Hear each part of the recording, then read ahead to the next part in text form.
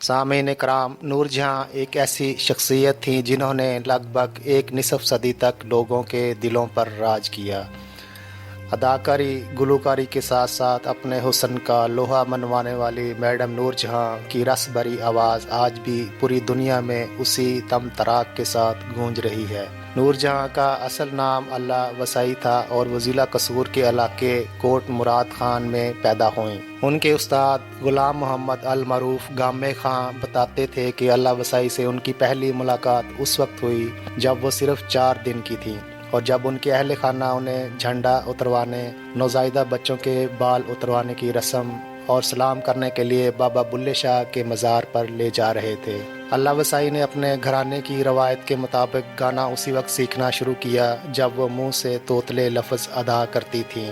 7 برس کی عمر میں اللہ وسائی اپنی بہن ایدن بائی اور کزن حیدر باندی کے ساتھ قصور اور آس پاس کے علاقوں میں ننھی مغنیہ کے طور پر مشہور ہو چکی تھیں۔ پوری دنیا میں ہزاروں سپر سٹار اور لیجنڈ بھی نور جہاں کے فین تھے۔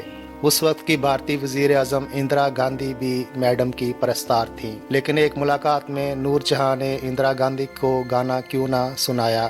اس واقعہ کی تفصیل ان کی بیٹی ہنا بتاتی ہیں کہ جب ان کی والدہ انڈیا کے دورے پر تھیں تو انڈین وزیر اعظم اندرا گاندھی نے ملاقات کے دوران انہیں گانے کی فرمائش کر دی، جس پر نور جہاں نے انکار کرتے ہوئے کہا کہ آج میں آپ کی مہمان ہوں، میں آپ کو گانا اس وقت سناؤں گی جب آپ ہماری مہمان ہوں گی۔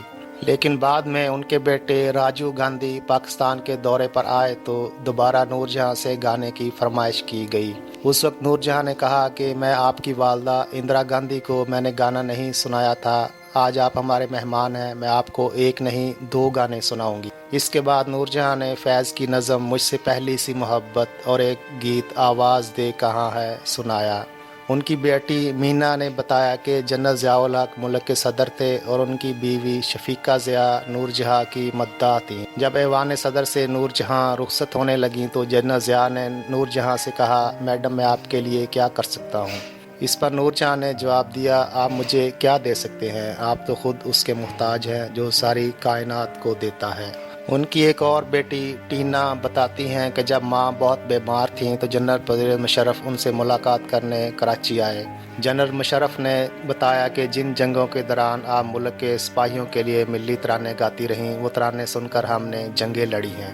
یہ سنتے ہوئے نور جہاں نے جنرل مشرف سے کہا کہ خدا نہ کرے پھر کبھی جنگ ہو، لیکن اگر ایسا ہوا تو آپ مجھے دوبارہ میرا ڈھول سپاہیا تینوں رب دیاں رکھاں گاتے سنیں گے۔ لیکن سامعین کرام، نور جہاں کو دوبارہ ایسے جوشیلے ترانے گانے کی مہلت نہ مل سکی اور وہ اپنے لاکھوں مداحوں کو اداس چھوڑ کر منو مٹی تلے جا سوئیں۔